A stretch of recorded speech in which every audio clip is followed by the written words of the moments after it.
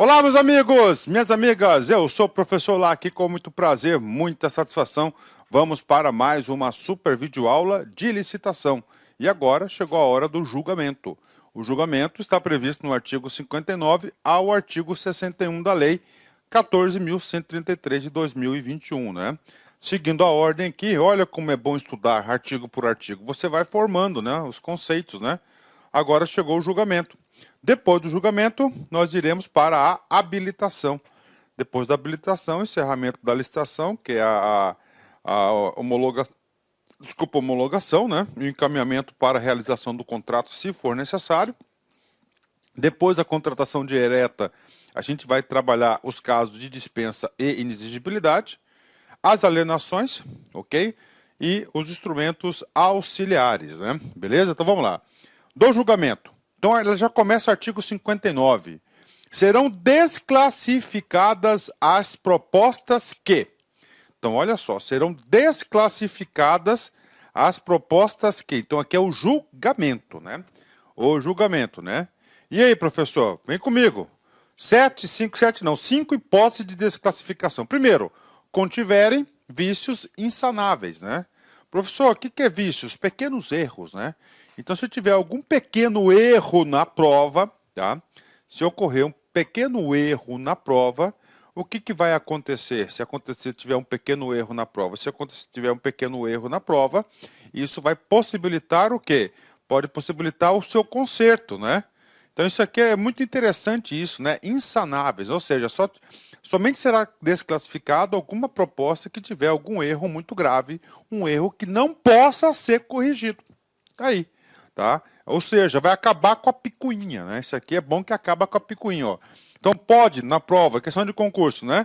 Pode ter algum erro e esse erro pode ser corrigido desde que seja sanável? Sim, positivo, certo? Certa questão, exatamente isso. 2. Não obedecerem às especificações técnicas pormenorizadas no edital. Professor, o que significa pormenorizadas, né?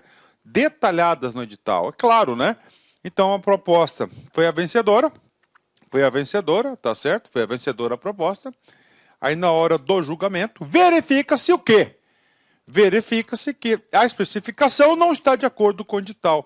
Resta o quê? Resta somente isso o quê? Desclassificar o sujeito, né? Porque desobedeceu às regras do edital.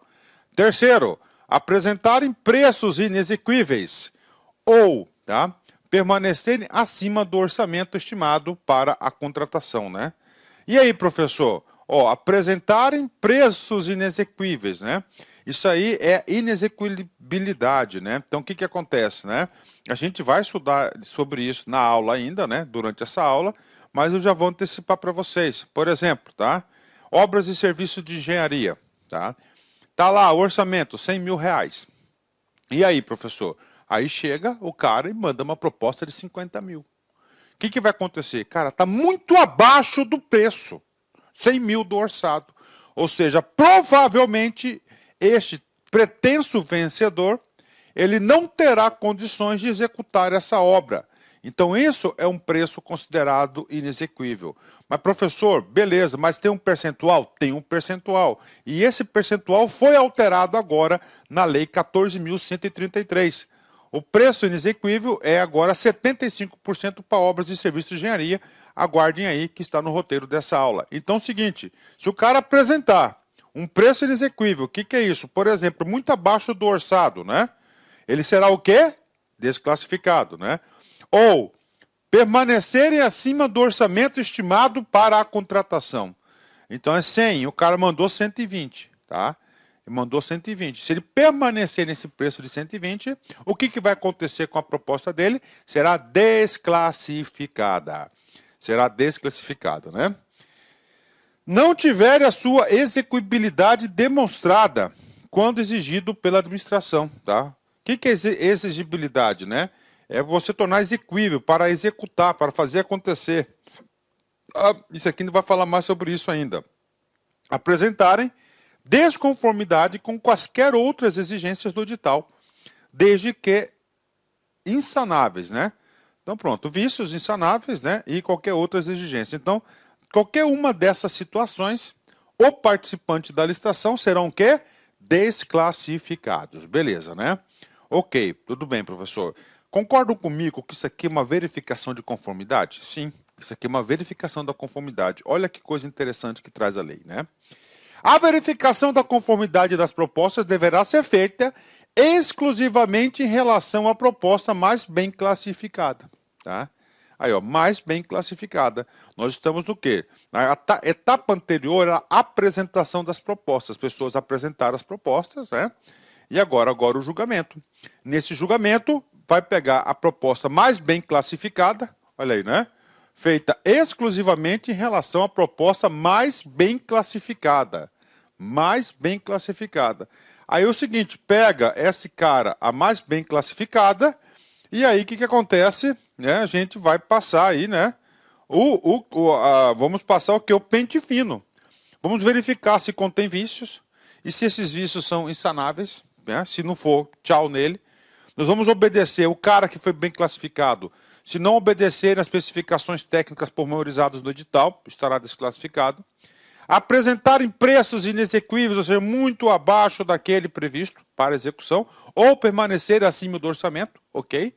Ou se ele apresentar uma proposta que é impossível de ser realizada, ou seja, não tiverem a sua execuibilidade demonstrada quando exigido pela administração, ou apresentarem desconformidade com quaisquer outras exigências do edital, desde que insanável. Então, pela ordem, o cara apresenta a proposta, beleza. Apresentou a proposta, ele é o vencedor, a proposta mais vantajosa para a administração pública, de acordo com os critérios objetivos. Qual que é o próximo passo? Verificação da conformidade. É o caput desse artigo. Nós vamos verificar esses 5 itens. Pronto. Bingo. Tá aí. Tá? Professor, e a habilitação dele? A habilitação é a próxima fase. É a próxima aula, que é a aula da habilitação, né? É a próxima fase da habilitação. Parágrafo 2º, vem comigo aqui, tá? Olha só. A administração poderá realizar diligências para aferir a exigibilidade das propostas ou exigir aos licitantes que ela seja demonstrada conforme o disposto no inciso 4º deste artigo, do caput desse artigo, né?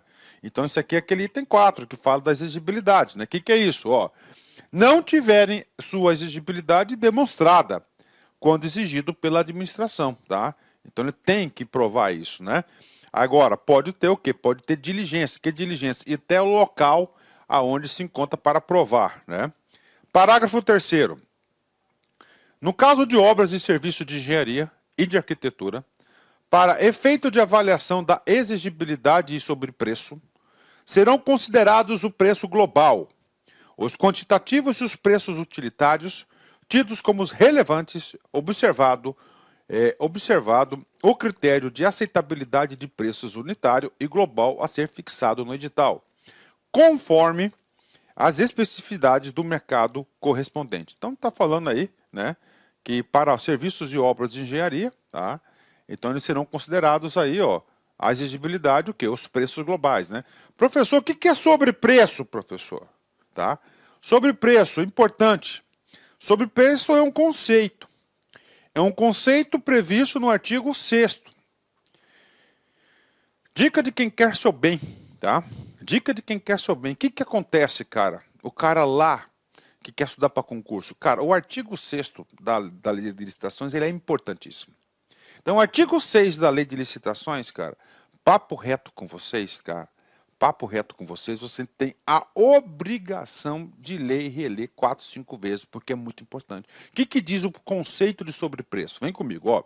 Sobrepreço, tá o inciso 56, ó. Sobrepreço.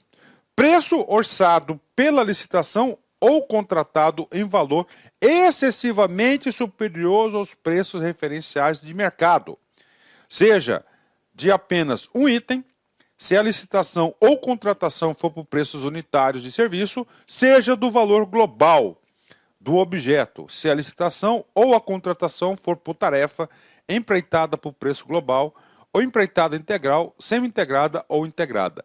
Ou seja, conclusão, professor, o que é o sobrepreço? É quando o preço orçado para a licitação ou contratado em valor excessivamente superior aos referenciados pelo mercado. Então, isso que é um sobrepreço, né? Aí, preço orçado pela administração ou contratado, tá? Ou contratado, né? Em valor expressamente superior aos preços referenciais de mercado. Então, isso é um sobrepreço, tá? Então, ele vai considerar aqui, serviço de engenharia, o preço, o valor global, né? Beleza. E agora? Agora a gente vai estudar, né, a questão dos preços manifestamente inexequíveis, tá? Isso aqui é um mecanismo de proteção da própria administração pública e, claro, do fornecedor. Você já viu aquele cara inconsequente, né? Que tá numa disputa para vender, tá? E o cara quer vender a qualquer custo, né? E vamos supor que custa R$100 a coisa, entendeu? E o cara chega lá, né? Ele chega lá e fala assim, não, eu faço por 50. Só que o preço de custo dele é 65. Se o preço de custo dele é 65, ele vende por 50. Ele está tendo prejuízo de 15, né? E aí, professor? Cara, tá na cara que isso vai dar BO. Tá na cara que esse cara não vai conseguir fornecer. Por quê, professor? Porque em linhas normais de pressão e temperatura, isso não existe. Então, a lei, sabiamente, criou um dispositivo e esse dispositivo foi alterado agora com essa lei em relação à Lei 8.666. Então, esse aqui, o que acontece? Ó, vamos colocar a regra aqui, ó. Ó, a regra, que a próxima, no caso de obras e serviços de engenharia, serão consideradas inexequíveis as propostas, ou seja, o cara não vai conseguir comprovar a execução, né? Cujos valores forem inferiores a 75% do orçado. Aqui, ó, obras e serviços de engenharia. Tá? Obras e serviços de engenharia, beleza? Então, obras e serviços de engenharia, beleza, 75%. Então, tá lá, uma obra lá, vamos colocar aqui de R$100 mil, por exemplo, né? O cara vai lá e apresenta a proposta, né? Então, a empresa A apresenta a proposta de 98 mil, beleza, ok? Vem a empresa B. A empresa B oferece aqui 74 mil. Opa, o que acontece, professor? Acontece o seguinte, tá? Acontece o seguinte, que a olho do simples, o cara que não é aluno do professor lá, que vai falar, a letra B ganhou. Não, a letra B foi o quê? Foi eliminada. Por quê? Porque esse aqui é menor, tá? Do que 75% do preço orçado. Né? O que acontece? Esse cara aqui, pode ter certeza, provavelmente vai ter sérias dificuldades de executar essa obra. Ah, professor, ele está lavando dinheiro. Cara, aí é outra história, aí é criminal, tá? Não tem nada a ver com a gente, tá? Aí é outra história. A gente tem que colocar em situações normais de competição. Então, isso aqui é um preço inexequível, bacana. Isso aqui que é o preço inexequível, né? O que acontece com essa proposta? Ela vai ser o quê? Desclassificada. Professor, como é que era a regra antes? Olha como é que era a regra antes. Era muita conta. Obras e serviços de engenharia consideram-se as propostas cujos valores sejam inferiores a 70% menor dos seguintes valores. Ó, 70% do menor dos seguintes valores. Ó. Média aritmética dos valores das propostas superiores a 50% do orçado pela administração. Tá? Então, o que acontece? Era 50 mil, né? 100 mil.